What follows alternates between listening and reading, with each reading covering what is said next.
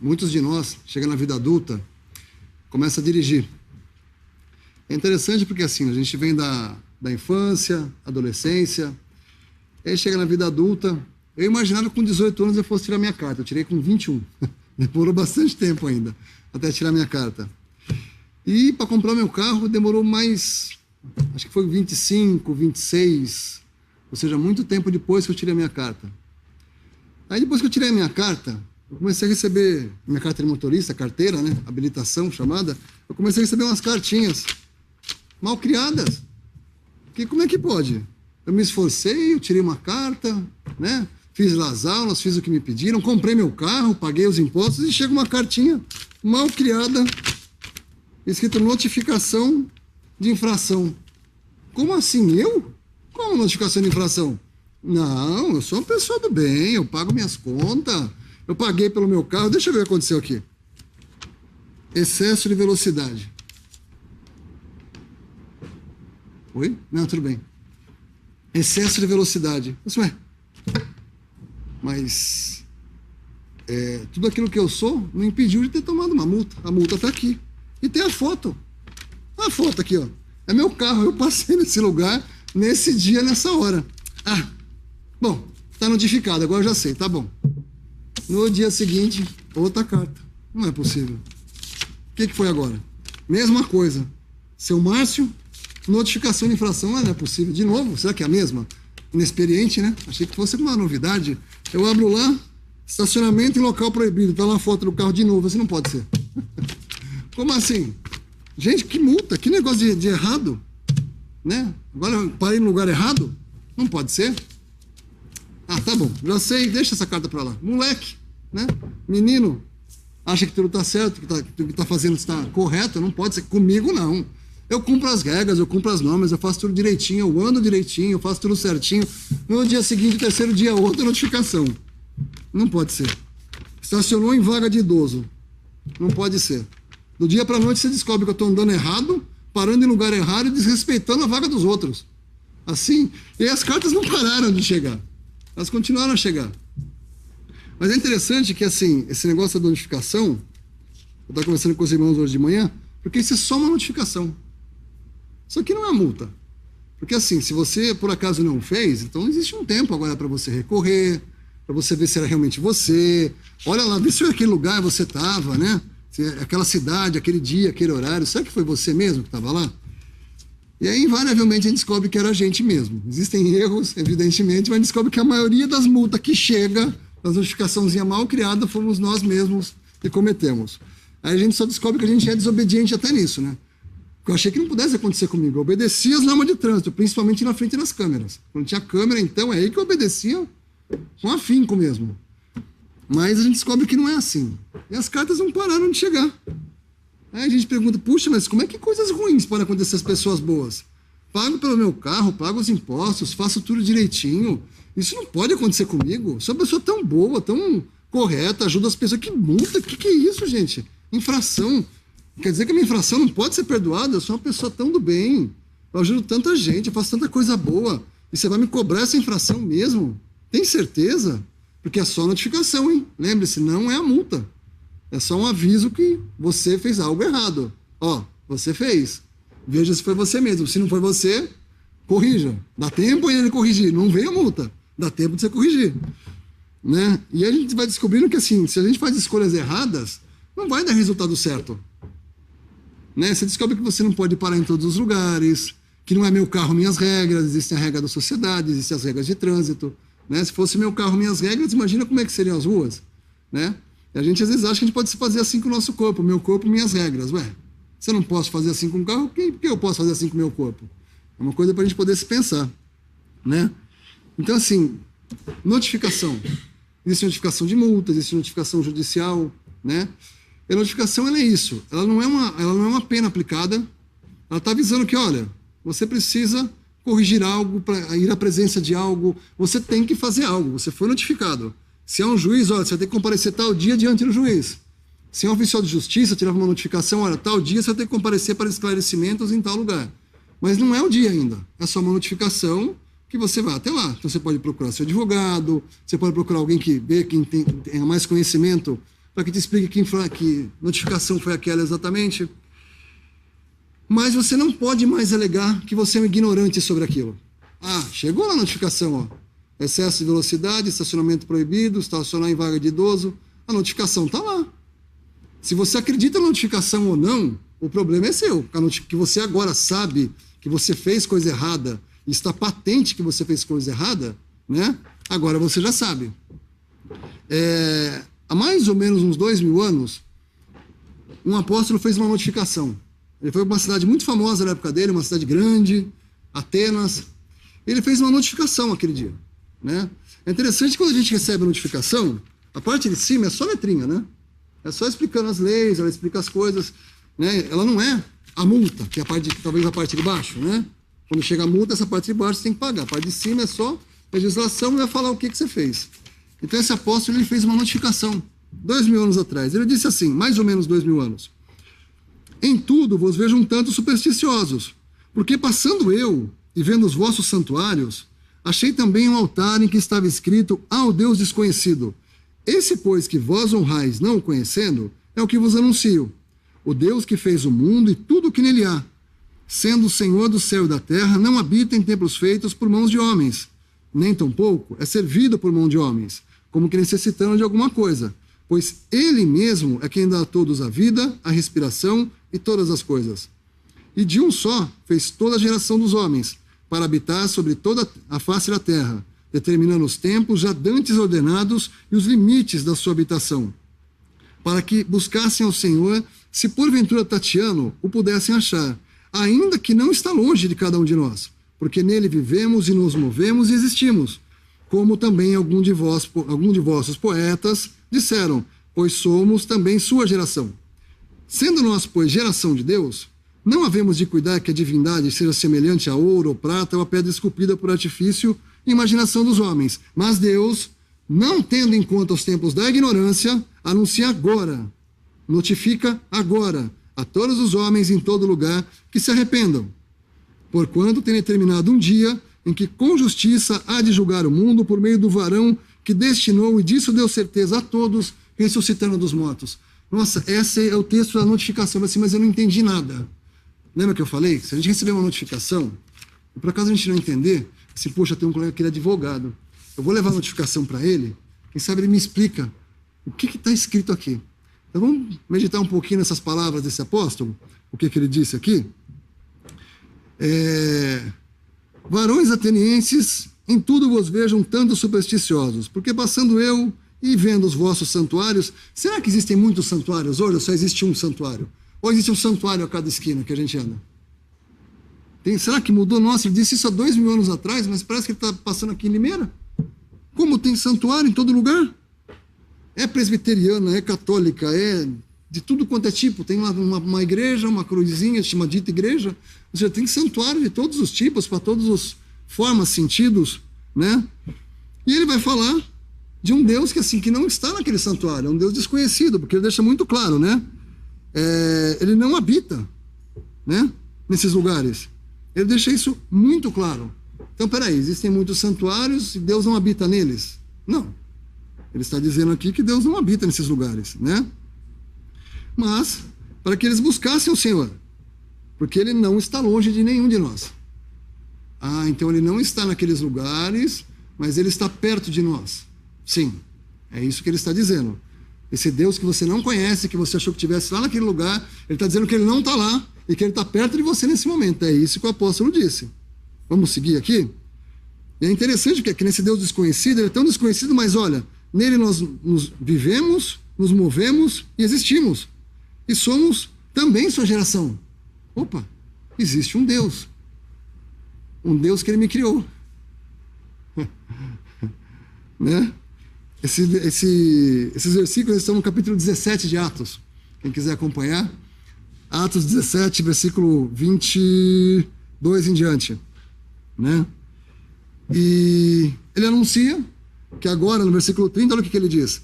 Ele não leva em conta os tempos da ignorância. Então você está sendo notificado agora, ó, anuncia agora a todos os homens, em todo lugar, que se arrependam. Então antes você não sabia, lembra? Você não tinha notificação. mas agora a notificação chegou para você. Você está ouvindo agora a notificação? Se você chegou agora aqui no salão, se você estiver ouvindo esse vídeo em qualquer lugar e você caiu agora, você recebeu a notificação? Deus não leva em conta os tempos da ignorância e anuncia agora, notifica agora, todos os homens em todo lugar que se arrependam, porque ele tem determinado um dia em que com justiça há de julgar o mundo por meio do varão que destinou. E disso deu certeza a todos, ressuscitando dos mortos. A notificação está aqui, a fatura vai chegar. Você ouviu? Ele está dizendo, determinou um dia em que com justiça há de julgar o mundo por meio do varão que destinou. Lembra que eu falei que eu posso receber notificação e posso não dar atenção a ela?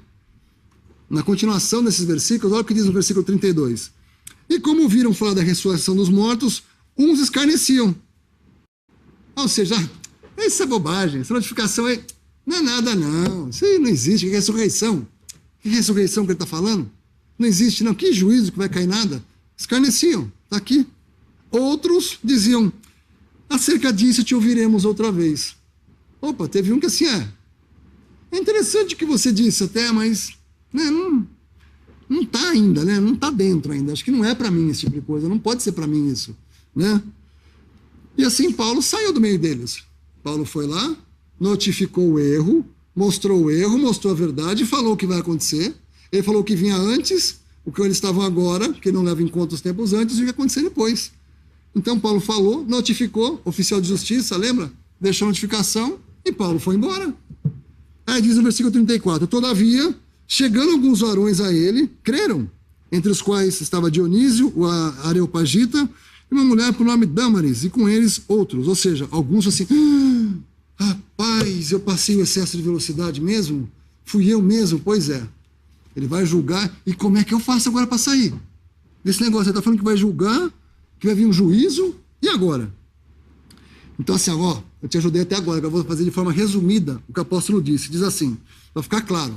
Então você acha que talvez não seja para você, ou que é para você. Então, o resumo da notificação diz assim, não há um justo, nenhum sequer. Não há ninguém que entenda, não há ninguém que busque a Deus. Todos se extraviaram e juntamente se fizeram inúteis. Não há quem faça o bem, nenhum só. Então se você achou que por acaso a notificação não era para você, aqui está de forma bem clara que não há um justo sequer. Então a notificação lá é para você. Se você vai escarnecer disso, se você vai precisar ouvir mais uma vez, ou se você vai ouvir essa notificação hoje, e o que eu tenho que fazer agora? Eu ouvi? Então, lembra que eu falei da multa de trânsito? Quando chega uma multa de trânsito, a notificação, na verdade, no começo ela vem escrito o texto legal. Depois ela vai te mostrar a fotinha, o que você vê embaixo. É um negócio assim, para você falar quem estava dirigindo o carro. Ou seja, que pode ser que não seja você. Porque uma multa foi gerada. Ela vai ser cobrada. De todo jeito. Se gerou multa, ela vai ser cobrada. O que você pode fazer é falar assim, olha, e agora? Eu assumo essa bronca? Ou é uma outra pessoa que vai assumir esse pepino aqui no meu lugar? Pois é. É possível transferir os pontos desse juízo, dessa condenação. Um outro texto da palavra de Deus diz assim, porque Deus amou o mundo de tal maneira que deu o seu Filho unigênito para que todo aquele que nele crê não pereça, mas tenha vida eterna. Na verdade vos digo, quem ouve a minha palavra e crê naquele que me enviou tem a vida eterna, e não entrará em condenação, mas passou da morte para a vida.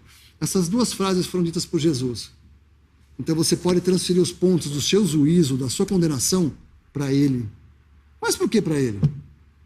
Vai cair um juízo. Como é que eu saio do juízo? Ele já pagou a multa. Eu não tenho mais que pagar essa multa. Eu fui notificado. A notificação está aqui. Mas a multa não chegou. E não vai chegar para todo aquele que nele crê.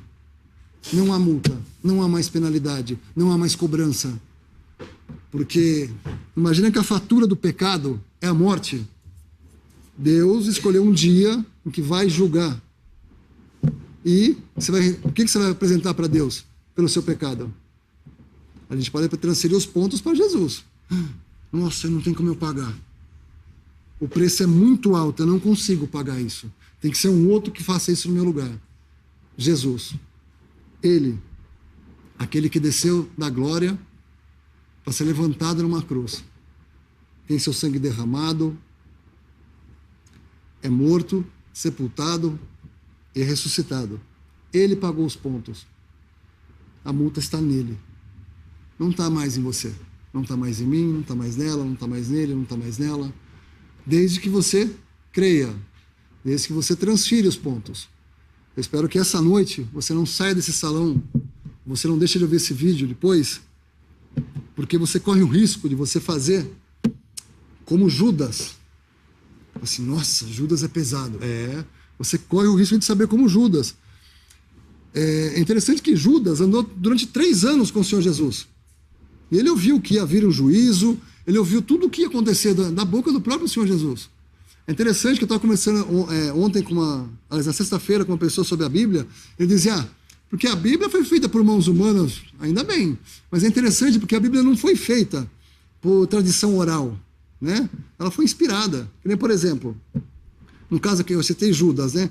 Imagina, quem conhece um pouquinho de Bíblia, imagina se Pedro soubesse que Judas estava roubando do dinheiro da bolsa dos apóstolos, do jeito que Pedro era. Que reação será que Pedro teria? Que ele soubesse, está roubando. Como está roubando? Pedro é mais colérico, imagina se ele soubesse. Ou seja, foi algo revelado depois do acontecido. Graças a Deus. Para a gente ver, às vezes, as coisas que Deus nos livra e as coisas que Deus nos revela, as coisas que Ele nos mostra, para o nosso próprio bem. Depois eles foram entender. Imagina se Pedro soubesse, imagina a confusão que tinha tido. Isso para falar só de Pedro. Imagina os outros apóstolos, os outros 11, se soubesse que no meio deles tinha um que roubava. Então a gente tem que tomar cuidado para a gente não ser um Judas. A gente receber a notificação, você, tá bom, legal, mas não é para mim. A palavra diz assim em Mateus 27, versículos 3 e 4. Então Judas, o que o traíra, vendo que fora condenado, trouxe arrependido as 30 moedas de prata aos príncipes do sacerdote e aos anciãos, dizendo, pequei, traindo sangue inocente. Eles, porém, disseram, que nos importa? Isso é contigo. É interessante que ele se arrepende, mas ele se arrepende só das consequências do pecado, dele ter entregado ao Senhor Jesus. E não de que havia maldade no seu coração, e que ele recebia multas e multas e multas o tempo inteiro, que ele era pecador o tempo inteiro, que ele errava o tempo inteiro.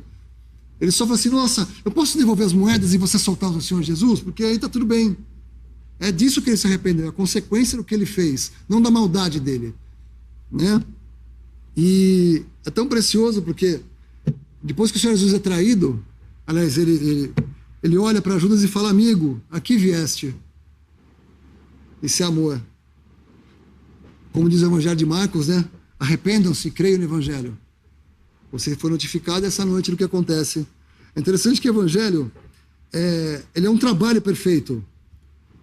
A palavra diz em João 17,4, eu glorifiquei-te na terra, tendo consumado a obra que me deste a fazer. Por uma pessoa perfeita. João 13,31 diz assim, disse Jesus, agora é glorificado o Filho do Homem e Deus é glorificado nele. Fala de um amor perfeito. Lá em 1 João 4,18, no amor não há medo, mas o perfeito amor lança fora o medo. Então você tinha medo que a cobrança da multa fosse chegar? Se você descobre o amor de Deus, você não vai mais ter medo desse juízo que vai cair. Por quê? O medo envolve castigo. E aquele que tem medo não é perfeito no amor.